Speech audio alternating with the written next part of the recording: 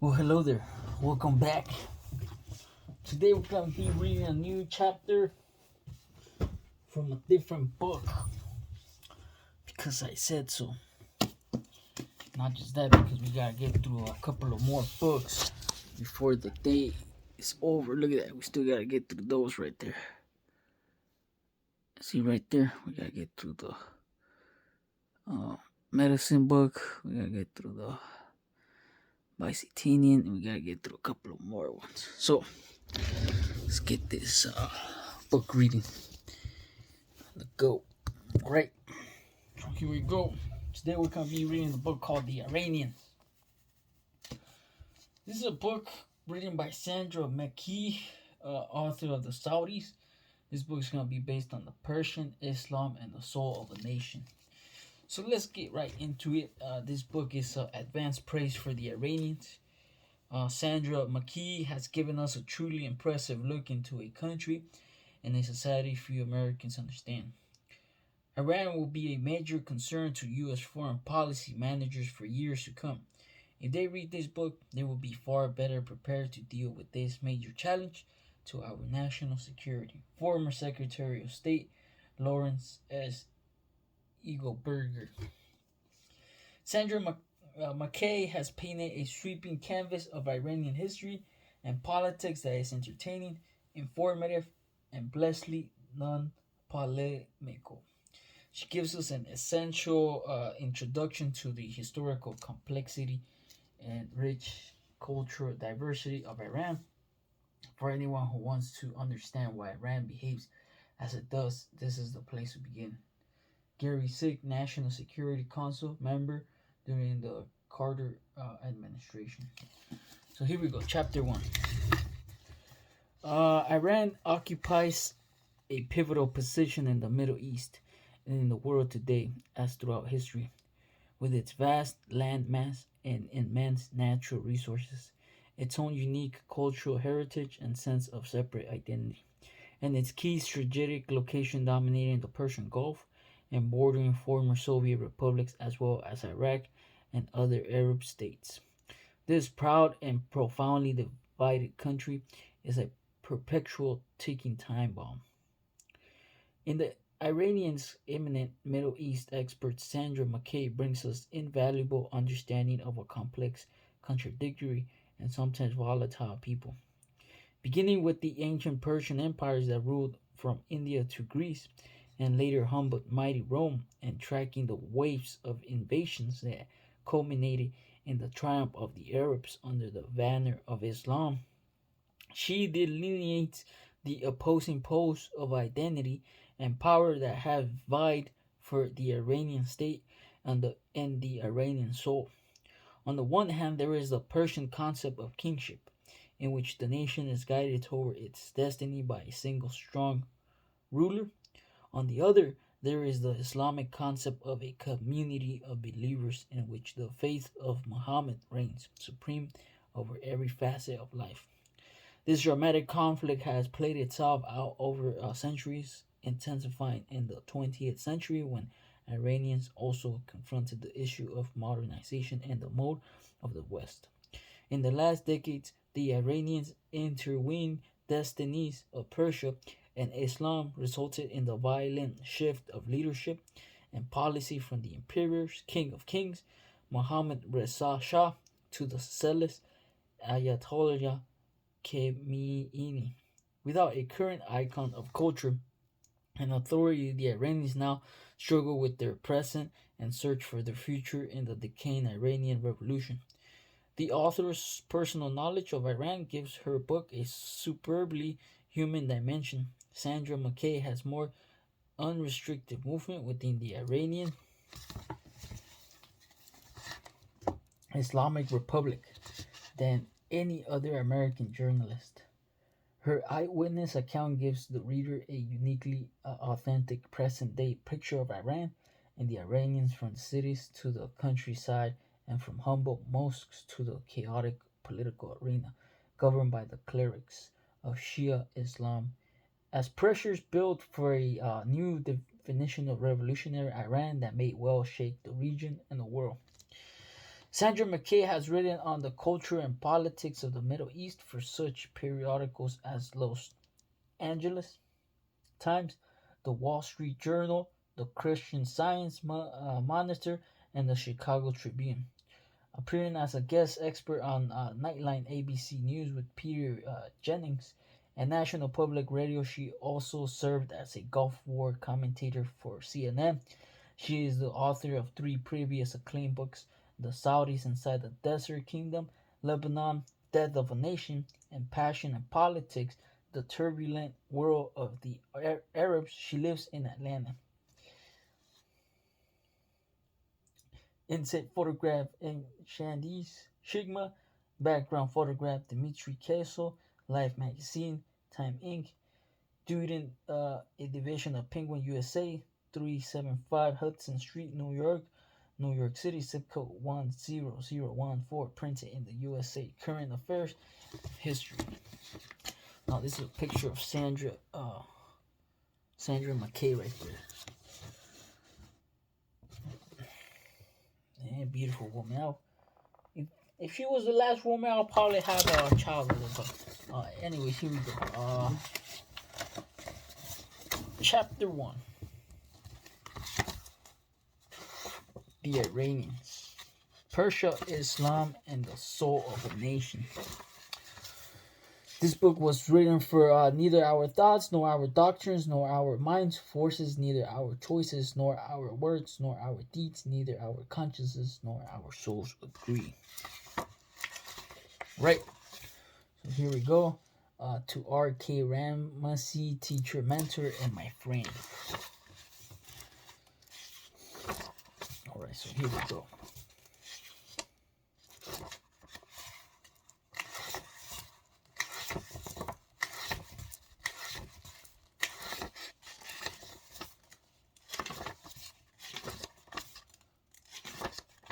Part 1. The Glory of Persia. The ancient town of Yazd, spelled Yazd, sat in that perfect moment when darkness breaks to dawn across the landscape. Early grasses were thrusting their green shoots through the hard brown soil, and the fruit trees held swollen buds waiting to burst into bloom. As the sun rose on March 21st, the vernal equinox, Yazd and the rest of Iran welcomed the Iranian New Year, Nowruz. In a modest, flat-roofed, middle-class house belonging to the Rajavi family, the festivities had actually begun the preceding Wednesday. Joyous, spelled Joyous, Wednesday. Relatives had arrived in drips and waves from as near as Tehran and as far as France. They came bearing fat bouquets of yellow daffodils mixed with red tulips and oversized containers holding enough food to feed everyone in the family for the next week. Before darkness fell, a match touched the sticks and straws stacked in the little garden at the front of the house, producing a miniature bonfire. Everyone old enough or young enough to walk jumped the fire, chanting a couplet directed toward the sun. May our red radiance come to me. May my yellow tiredness go to you. Inside Nowruz's table held 7 vessels, the number of the holy immortals of Zoroastrianism, filled with food, seeds, coins, or anything beginning with the letter S. Why the letter S is lost in the mysteries of time. But each of the other subjects held a precise meaning. 2 candles represented light and dark. A mirror reflected evil. A bowl of goldfish symbolized life. And painted eggs depicted fertility. The Rajavis, as Muslims, placed a Quran on front left corner of the little table. In Christian, Zoroastrian, and Jewish homes, the holy book was the Bible, the Avesta, or the Torah. The Iranians have been celebrating Nowruz since before the reign of Cyrus the Great in the 5th century. Originally the planting festival of prehistoric agrarian Iranians, it was later given ethical meaning by the teachings of the prophet Zoroaster. The 12th-day holiday, garbed in all its Persian trappings, has survived at least 25 centuries of invasion and foreign rule, as well as the Islamic Revolution. Ignoring its history as a holiday dedicated to the three holy elements of Zoroastrianism, spelled Zoroastrianism, Zoroastrianism, fire, earth, and water. Every Iranian celebrates Nowruz as the commemoration of his nation's Persian past. In the 1200 years between the founding of the Persian Empire and the arrival of Islam in the 7th century AD, Persian culture and Persian identity took form on the Iranian Plateau, spelled Palteau, Plateau. It developed under the four dynasties of pre-Islamic Iran. The Achaemenian, spelled Achaemenian,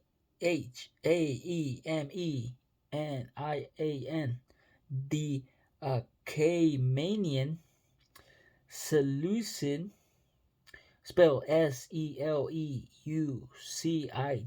Seleucid, Parthenian, spelled Parthian,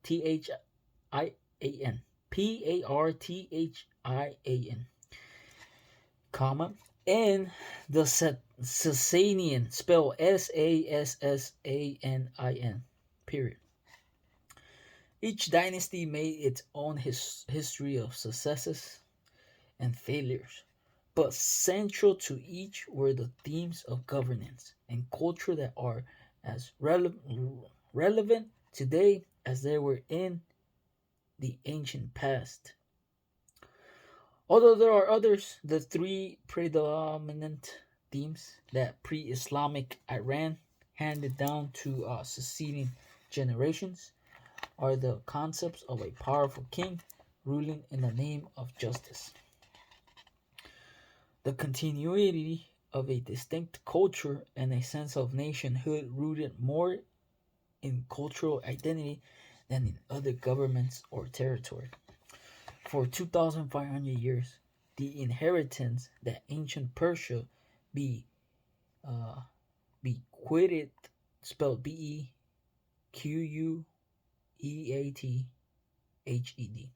to Iran has exerted its powerful influence over Iranians culturally, socially, and politically. And its ethos binds those within the Islamic Republic to those Iranians now in exile. In certain core values, basic attitudes, and self perception, Iranians have lived in a continuum that stretches from Cyrus the Great through Ayatollah Khomeini. Continuum, spelled Contituum. In the history of the Iranian plateau, the sun has risen and set on nearly 1,000,000 days. That history began toward the end of the 3rd millennium BC, when the hunter-gatherers of Neolithic times gradually gave way to organized society. Among the most advanced of these societies was Elam, spreading over the lowlands east of the Tigris and Euphrates, and climbing into the western Zagros Mountains, drawing from the Sumerian culture of the Fertile Crescent and adding to it elements that were uniquely its own. Elam, by the middle of the 11th century BC, had reached an extraordinarily high level of artistic achievement. But by 646 BC, its days of power and independence were over, and its knowledge and skills passed on to Persia. Before Elon fell, successive groups of Iranians migrated out of the steppe lands of Central Asia, moved down the eastern side of the Caspian Sea, and into western Iran. The Medes came first around the 9th century before Christ to avoid confrontation with the mighty Assyria to the west. The Medes settled in the Zagros Mountains, perhaps a century later. The leather helmeted Persians riding horses hung with bronze ornaments followed, eluding both the Assyrians and the Medes. They wandered south along a narrow route drawn by mountains to the west and deserts to the east. When they reached Fars, near the center of the Iranian plateau, they stopped there in the dry plains and barren mountains of Fars. They planted the seeds of Persian culture. During the 6th century before Christ, the Persians, along with other societies on the Iranian plateau, assumed more complex forms as they made the transition from nomadianism to settlement, hostage to climate and topography. People could survive only by harnessing the great force that sustains life, water. Water meant hydration and food. It meant trees capable of providing shelter from the blaze of the sun and the desert. But rainfall in Iran averages only 12 inches a year. Cities and settlements stay alive with the melting snow running off the major mountain ranges that flows through tubes or concrete conduits that border streets like narrow canals. Yet it is the Aquanites that testify in stark visual terms to the Iranians. Constant quest for water, seen from the air. These miles of gently sloping underground tunnels intersected by well shafts that resemble giant mole holes lie on the landscape like ribbons. As old as Iran itself, the Qanats, spelled Qanats, the Qanats be, bequeathed or denied fertility to the land. The ancient Persians, recognizing the crucial link between water and life, summoned their first system of government to equitably distribute the precious, sparse resource, but equitably distribution also require an ethic. They found it in Zoroastrianism. The prophet Zoroaster was born sometime between the 10th and 7th centuries BC in the Azerbaijan area of what is now Iran. Claiming to have received divine revelation, Zoroaster set out across the Iranian plateau on a pilgrimage to teach mankind the nature of the world and the individual's responsibility within it. The term Iranian, spelled Aryan, the term Iranian refers to an Indo-European family of languages, also known as Zarathustra. Zoroaster is believed by some to have been a group of priests rather than one man. Alright, here we go. This is page 16 of the book called The Iranians. This is a book by Sandra Mackay. Part 1. Of defining one of the world's first systems of theology, he laid the cornerstone of Persian civilization. Zoroaster preached to people who worshipped animals, ancestors, and the earth and sun. or the whole galaxy of deities common to the Hindus of the Vedic age, or spelled Vedic, the Vedic. Yet societies on the plateau, even before the time of Zoroaster, also recognized the god Ahura Mazda, the cosmic force of good, as well as a vaguely defined sense of evil. They sometimes worshipped at fire temples in which the eternal flame both represented the supreme godhead and fostered community by providing a place to draw fire for cooking and warmth. Embracing both the existing ideas of a deity and man living in community, Zoroaster carried these concepts onto a higher, more complex level. Although he framed the central point of his doctrine in simple words, the theology was profound. There are two forces at work in the world: one, the creator, and the other, the destroyer. According to Zoroaster, the creator is Ahura Mazda, who is all goodness and light. The destroyer is Ari, the Ariman, spelled Ahriman. It is a 7-letter word. Again, Ahriman, the destroyer, is spelled Ahriman, the Ahriman, who is all wickedness and full of death. Therefore, Zoroaster defined the great cosmic dualism, darkness and light, good and evil. Ahura Mazda, the sire of truth, and Ahriman, the agent of falsehood, unlike the shared concept of Judaism, Christianity, and Islam, where Satan, the personification of evil, is a fallen and therefore lesser creation. Zoroastrianism holds that the realm of evil equals in power the realm of good. As creatures of Ahura Mazda's realm of good, men and women are called to engage morally in the eternal conflict between two equal forces. Exorcism, his or her own free will. Exercising. Oh, it's exercising. Sorry about that. It's not exorcism.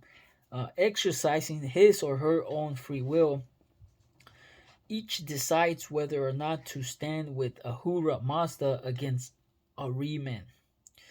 This dualistic struggle between the host of light and the commander of darkness is presented in every aspect of human life, from the conduct of the individual to the functions of organized society. It is, in fact, the challenge of life. Life is at its highest intensity when the struggle is firecist,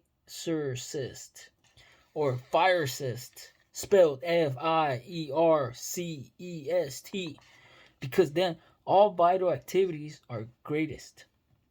Waste and incessant, spelled Incessant, and restoration is constant. When the struggle ceases, life is done. Under the commands of Zoroastrianism, good works, good thoughts, good deeds, men and women have been set at the center of a flawed world to serve as perfecter and redeemer. The ultimate fate of the individual depends on how well he or she acts in the cosmic battles between the powers of light and the powers of darkness. For at death, the good person enters into paradise, the doer of evil eternal hell. In instance, Zoroastrianism teaches one God instead of many, a God of justice and beneficence rather than a God of vengeance, a moral code for all to live by, final judgment, and immortality. The faith holds high the concept of social justice, propagating the belief that the whole purpose of man's engagement with good against evil is the betterment of society. Consequently, Zoroastrianism carries a powerful social content. Religion is not only spiritual, it is a political. In terms of contemporary Iran, the profound and lasting legacy of Zoroaster is that he imposed God's moral will on society and implanted in Iran from its earliest beginnings a strong religious character that has shaped the Iranian and his culture ever since. Zoroastrianism was taking root in Iran about the time Cyrus the Great, the founder of the Persian Empire, was born. In one of those momentous twists of fate on which history sometimes hangs, one of the most significant religious figures of all time and one of the greatest political military geniuses ever to stride across the human landscape both occupied the cradle of the Iranian nation in the same era their creations, one religious, the other political, blended. Zoroaster gave Cyrus earthly realm a soul, a Cyrus gave Zoroastrianism a body. The great Persian Empire of the 5th to the 3rd century before Christ was almost the byproduct of the search for security by the Persians of the Fars. As they moved from nomadism to settled agriculture, the Persians, along with the Medes and other groups on the Iranian plateau, sought to control as much land as possible on the perimeters of their settlements. In this quest for land, water, protection, and the quality of leadership within each group played a decisive role in that group's success. For protection, laid in numbers, and numbers were possible only through loose confederations between groups who were natural rivals. By their very nature, these confederations could retain their cohesiveness only through a strong leader exhibiting a charismatic personality. It was this environment that produced the most remarkable leader in Iranian history. In instance, the history of ancient Iran began when Cyrus of Fars deposed the king of Media to unite the Persians and the Medes. Ironically, Cyrus hovers off stage in the Iranians' concept, conceptualization of their history. When asked who are the major figures of the past, in the doctrine of the final judgment of each soul at death, Zoroastrianism profoundly influenced the monotheistic religions of Judaism, Christianity, and Islam. On circumstantial evidence, Zoroastrianism also gave each a savior or messiah, angels, heaven, hell, a millennium, and even the halo.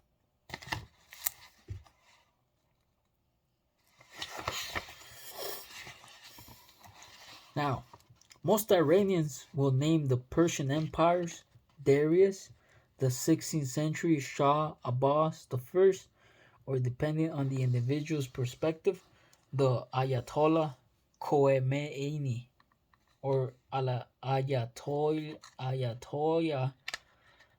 Khomeini. Yet whether the man whether the man on the street readily recognizes it or not, Cyrus is central to the history of Iran. He was among those leaders of ancient times who Machiavelli once said owed nothing to fortune but the opportunity which gave them matter to be shaped into what form they thought fit.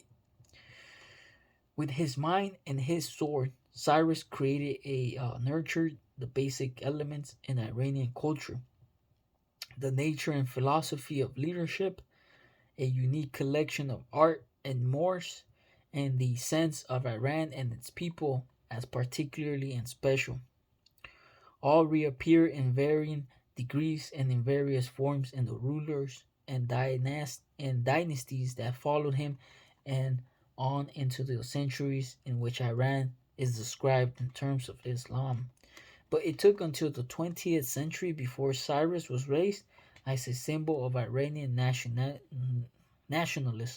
and political transition. The Palavi Shahs, spelled Pahlavi, Shahs, Shahs,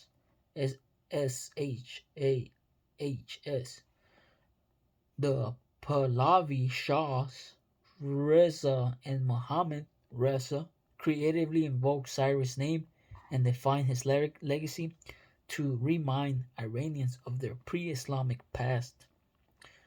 While justifying their own rule, the Pahlavi Shahs also caused Iranians to not only remember Cyrus but to appreciate him as a touchstone of Iranian culture.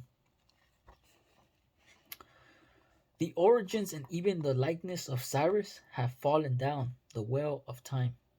Leaving aside Herodotus' heroic account of his birth, Cyrus was probably the son of Cambyses, the king of the Persians of the Fars, and possibly Mandane, daughter of Astyages, king of the Medes. On ascending the throne around 559 BC, Cyrus began to build his empire in 1550 before Christ. He wooed as much as conquered the Medes under his principles of conquest. First, persuasion and accommodation would take precedence over brute force. And second, the vanquished would never be humiliated. With a deft political touch, Cyrus granted the captured king Astyages, spelled Astyages. Cyrus granted the captured king Astyages all reverence due his position and preserved intact Media's existing military and administrative organizations along with the people who managed them, avoiding needless reprisals against the subjugated. Cyrus created partners rather than adversaries in the expanding Persian Empire. In the consolidation of the Persians and the Medes under Achaemenid rule, Cyrus placed Persia alongside Lydia and Babylon in the ancient world's triangle of power. But the triangle did not last long. In the Lydian capital of Sardis, Croesus, the king whose name is synonymous with vast wealth, felt the threatening wind blowing from the Iranian plateau. Although he solicited advice from the oracles of Ionia, spelled Ionia, Greece, although he solicited advice from the oracles of the Ionia, Greece, and Lydia, the cautious Croesus hesitated year by year to engage the Achaemenian king. These were years that Cyrus critically needed to harmonize his existing territories, expand his army, and establish a highly efficient intelligence network within the enemy's camp. From his spies, Cyrus learned that Croesus, spelled Croesus, was ready to use his famous cavalry to defeat Persia in the opening act of Lydian expansion eastward. In a deadly game of empire, Cyrus moved his pawn first, crossing the Tigris River in the spring of 547 before Christ. He marched westward, gathering mercenaries to augment his well-drilled, superbly disciplined army. Croesus answered by crossing the Halys into eastern Asia Minor. There, in late summer, the Lydians met the Persians. Caught by surprise by the size of Cyrus' army, Croesus pulled back into his citadel at Sardis.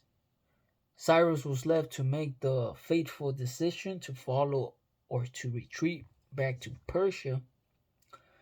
If he stayed in place, he faced the problems of communication lines, perilously extended, an alien population capable of turning on him, and whether awaiting the inevitable coming of winter. Yet, if he turned back to Persia to wait for the spring, he handed Croesus the opportunity to call on his treaties with the Egypt, Babylon, and Lacedaemon for the man needed to overpower him. Now, Cyrus gambled that Croesus was a conventional general who avoided battle in winter. He was right. Croesus sent word to his allies to hold their reinforcements while his standing army waited out the coming winter in the seemingly impregnable Sardis. According to legend, a plague of snakes, an ominous sign of impending doom for the superstitious Croesus, suddenly descended on the Medius around Sardis. The creatures slithering through the grass sent grazing animals into panic. As they charged toward the city, Cyrus followed. That part of the Lydian cavalry within the citadel rode out to meet the Persians on the broad, treeless plain. Their long spears caught the sun as Persian infantry, preceded by bowmen in flowing saffron robes, marched toward what appeared certain slaughter. Then, at the critical moment, the lines of infantry parted. Our poor looping long-legged camels, transported from the northwest of Fars and secreted in the baggage train.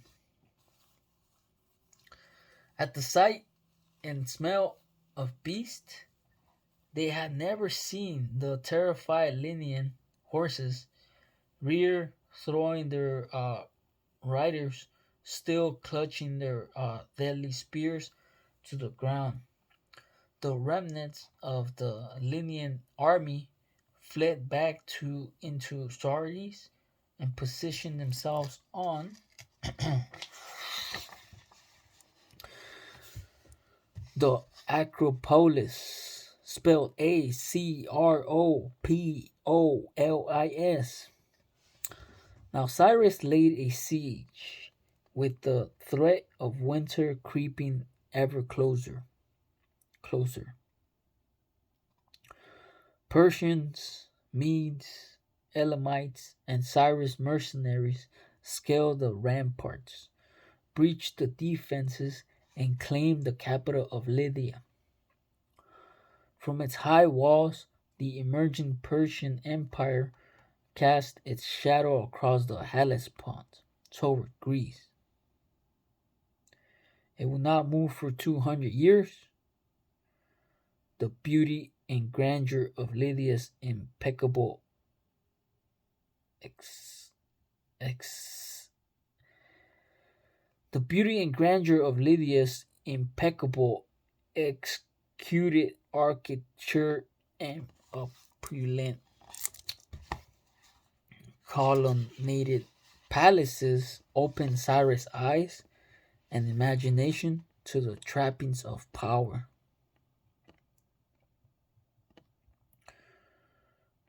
With the riches of Lydia providing the funding, Cyrus drafted the skilled stonemasons and artisans he found in the western part of his expanding empire and sent them to an isolated spot in Fars to build him a capital. In the southern In the southern reaches of the Persian heartland, 60 miles northeast of Shiraz, it is possible to stand quietly and actually feel the juxtaposition of geography and history. Coming across the barren, bleached landscape, a narrow road winds to the foot of a steep hill formed of hard packed dirt and scaling rock. And an even path climbs from a gentle incline, zigzags up the near vertical face, and ends on the flat plateau of the summit. From there, it is clear why Cyrus the Great chose Parsegade for his first capital. Located on the Dasht Morga, spelled DashtEmorghab, the plain of the waterbird, Parsegade nestles in a natural bowl carpeted with green vegetation, denied to the barrenness beyond on three sides. Hills rise like protective walls. The fourth opens like a gate into a broad valley that seems to stretch forever. What the exact function of Parsegade was at the time of Cyrus remains a mystery. It was not a capital in the usual sense, as Cyrus spent most of his life in the saddle moving from place to place within his empire. Plutarch described Parsegade as the sacred place where each new king in the Achaemenid line was to be crowned. Perhaps the linguistic analysis of the word Pasargadi describes this place and far is the best, the dwelling of the Persians. After the construction of Parsegade, Cyrus once more took up wars of defense and conquest conducted according to the Zoroastrian mandate of justice in 540 BC. A Achaemenid king became his assault on Babylon, the last threat to Persia to the west, deploying part of his army as a decoy. Cyrus drew the corrupt king Nabonidus and his army from the city. Then he and the remainder of his forces stood before the walls of Babylon. Slowly the gates opened and the people beckoned Cyrus to enter. Once inside, the king of Persia walked down.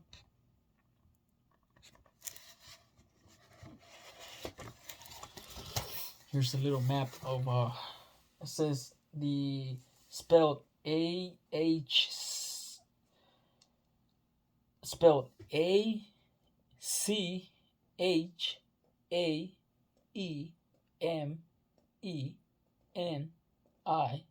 Achaemenian, Achaemenian Empire in its height. So pretty much there's the Mediterranean Sea, the Persian Gulf. They were pretty much all over modern day Turkey, all the way up to Iraq and Afghanistan. There's a picture.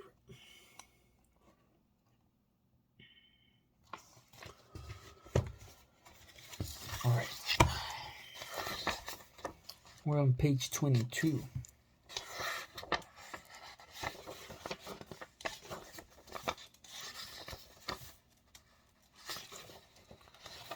Oh yeah, part one's a long one.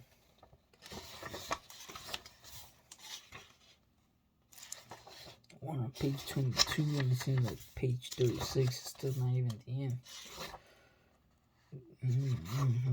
Alright, so page 39 it ends part 1. And we're on page 22.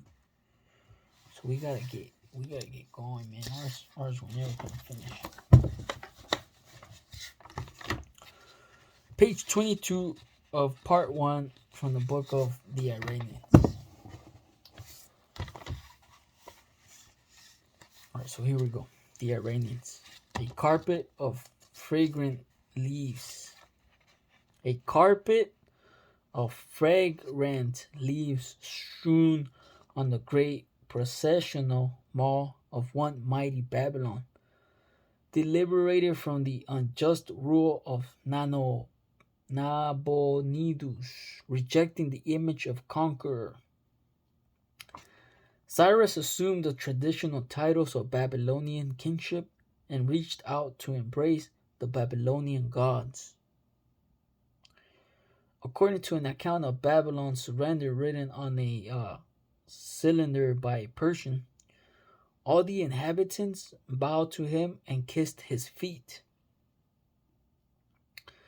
Happily, they greeted him as a master through whose help they had come again to life from death and had been spared damage and disaster, and they worshipped his very name. This acknowledgement of Cyrus as a liberator was also confirmed by non-Persians. It was Cyrus, the liberator, who freed the Jews from their Babylonian captivity, restored to them what remained of their gold and silver confiscated by Nebuchadnezzar, and sent them home to rebuild their temple in Jerusalem. From Babylon, Cyrus went on to the west and to the east. His exalted reputation of tolerance preceded his armies, adding to Persian military power the cooperation of dissident elements within the territories he sought to annex.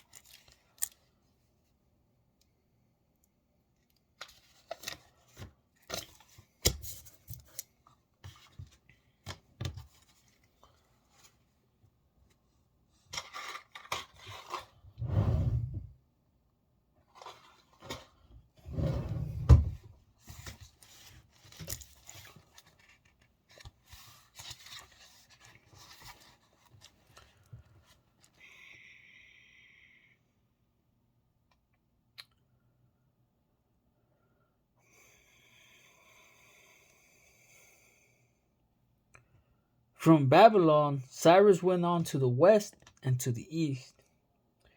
His exalted reputation of tolerance preceded his armies, adding to Persian military power the cooperation of the Scythian elements within the territories he sought to annex. In one generation, he built an empire that exceeded in size those of the Egyptians, the Assyrians, and the Babylonians. Its boundaries spanned the Nile, the Aegean, and the Indus, and stretched north to south from Africa to China. As a tribute to his politics of idealism and pragmatism, Cyrus' empire was not only large, it was stable because the Persians realized what had never occurred to the Assyrians and the other imperialist powers of that age. That national interest does not have to express itself solely in vindictiveness, that it is not necessarily impaired by respect for lesser national interests, and that tolerance pays off. Underlying this tolerance was the ability to understand and appreciate different cultures, which sprang from the Persians' own ideological orientation. It was an ideology shared by Cyrus beyond his personal motives of conquest and glory. Cyrus believed that the supreme God, defined by Zoroastrianism, had entrusted him with the task of uniting the people of the earth in one kingdom of justice and peace. As the king of that empire, Cyrus exercised the Zoroastrian concept of the just ruler. Even before the prophet Zoroaster put his stamp on Iran, people of the Iranian Plateau believed that only the good ruler who destroyed the evil done by the wicked deserved the allegiance of his subjects. This contract between the ruler and the ruled was not one of passive submission by subjects to king. Rather, popular conception held that hardship would fall to those who helped the wicked to gain kingship, and blessings would accrue to those who hurl the wicked from power. To establish in the eyes of his subjects that he stood on the side of right, the king of various early groups on the Iranian plateau visited the great fire temples to offer his supplications to Ahura Mazda for help in the war upon which he was embarking, or to offer thanksgiving for a victory already won.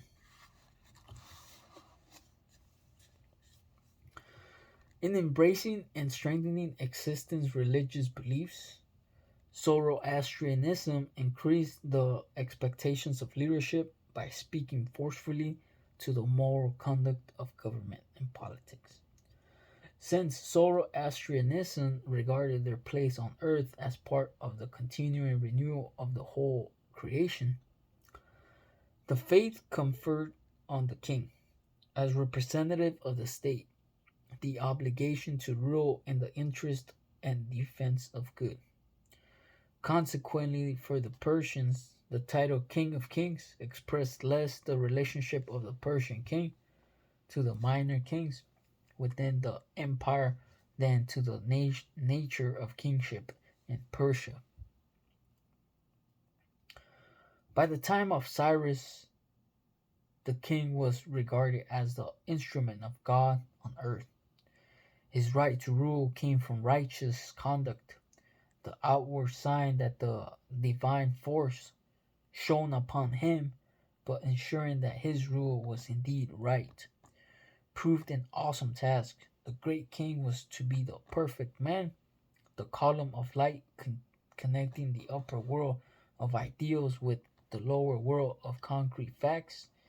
His task was not just to improve the human condition, but to rise to a supernatural level on which he renewed the world according to celestial pattern.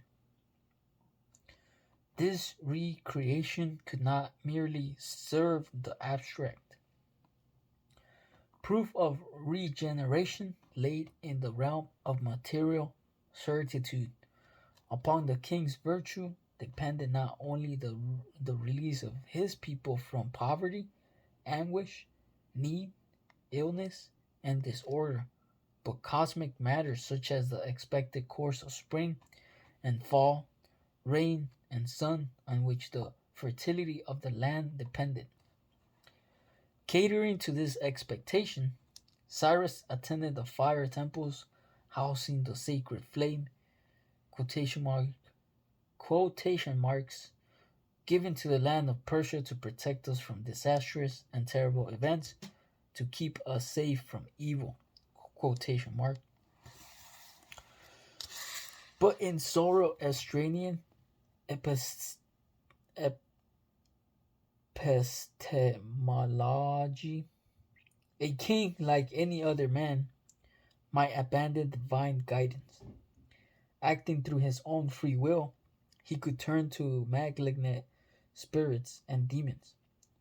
Yet this ability for the king to turn from the light to the darkness also carried with it the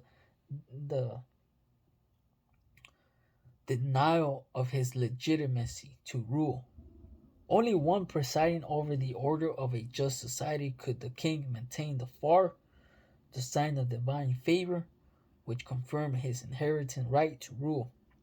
It was this sacred principle of kingship which linked monarchy and religion as the dual forces of power and the symbolic manifestations of God's will.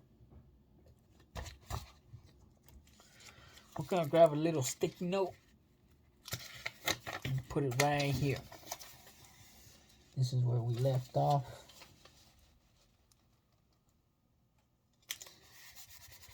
Page 23.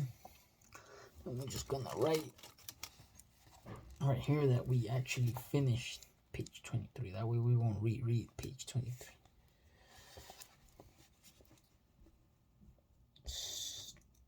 Stopped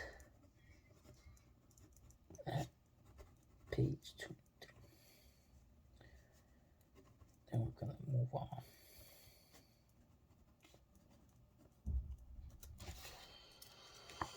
All right, so here's what's gonna happen.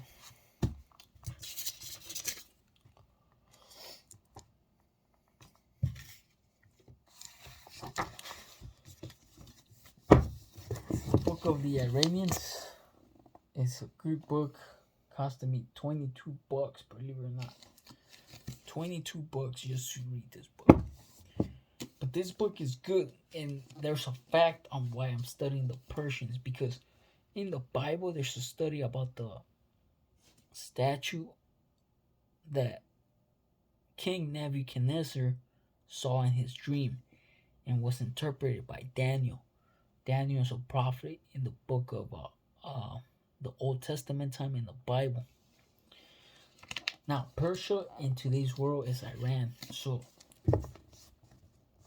I believe that people from Iran can be saved in this age of the Holy Spirit only if they come to realize that they are the forgotten people of the past. Again, this is the book of the Iranians by Sandra, Mackay. Stay tuned to continue reading part 1 of the Book of the Iranians. Available now at your local bookstore or library.